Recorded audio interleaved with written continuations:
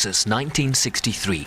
Images that have, with time, become iconic, where Americans could for the first time see their president take a hit to the head, a wound that would prove fatal. It certainly was the event that brought TV on its own. I mean, after that, I think the statistic was something like 90% of Americans watched the aftermath of the assassination, the 4 days following the assassination, all the way through the funeral. No commercials, nothing was on. That was unprecedented, and there had never been a news event up to that time that was saturated like that, and that the American public was glued to the television. The 50th anniversary of this assassination has been the subject of many newspaper articles, several new documentaries, and countless books that offer ideas around the significance of President Kennedy's death and how those events in 1963 changed the course of history in this country, with regard particularly to the Vietnam War and the relationship with Cuba. And then the many, many conspiracy theories that surround this death, and whether those who did it acted alone. Among those books is this one that argues compellingly that Kennedy was taken out by Carlos Marcello, a New Orleans mafia boss. The author argues that President Kennedy was killed because his younger brother Robert, as Attorney General at the time, had stepped up a campaign to rid America of the mafia.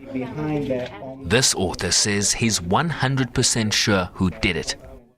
Probably because I'm Sicilian. Probably because I teach a course on the mafia. I look at the homicide, the way Kennedy died, you recognize that this was a mafia hit. Careful. When I'm talking about mafia, I'm not talking about gangsters, mobsters, John Gotti, Al Capone. We're not talking about this kind of mafia. That's not mafia for me. The mafia is what Carlos Marcello, alias his real name was Calogero Minacori. The premise of the book is that the mafia was very well connected to American power at the time, and that instead of targeting the younger Kennedy, who too was years later killed by an assassin's bullet, they targeted the president, who in mafia terms represented the head of the dog, while Robert was the tail. As the theory goes, cut off the tail and the dog keeps biting. Cut off the head and the tail dies with it. You think whoever did it is also responsible for the cover-up and so on. It's not the case. In this story, in my book, I don't think that who did the cover-up killed the president. Who did the cover-up had to do the cover-up, because not doing the cover-up will have been worse than finding the truth. That's why after, I believe, I think after 50 years, this should be, clear. The official government investigation, known as the Warren Commission, found that the sniper Lee Harvey Oswald acted alone, and that Jack Ruby, who killed Oswald 2 days after the assassination, also acted alone. And finally, but many, including this author, don't buy it. Until Jack Ruby appeared in this story, that's what is for me very strange. Is you can believe the Warren Commission, you can believe anything. As soon as Jack Ruby, a man of the mafia, a man that worked always for the mafia, they could work in Dallas, there was Carlos Marcello territory, only because the mafia made him work and he owned a lot of money to the mafia. Well, after that, you cannot believe anymore in coincidence. What exactly? Joshua Brown says he's heard many theories over the years and that it's hard to find one that is beyond reproach. The problems, of course, is, well, which one?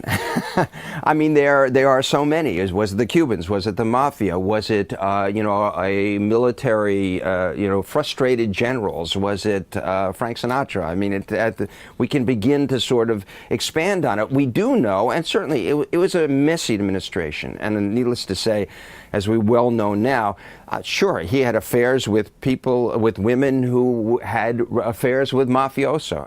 There are lots of ways to pinpoint suspect relationships, but that's not causality.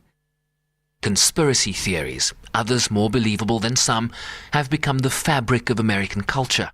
Now, there's no question it was nationally traumatic. There's no question it was really, really important. There's no question that we really don't know what would have happened afterwards. I mean, contingency in history is part of the interesting aspect about being an historian. Having said that, there's no such thing as one, conspiring event that explains everything.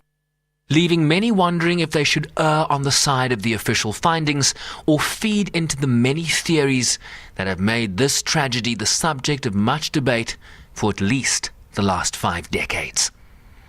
Bryce-Pease, SABC News, New York.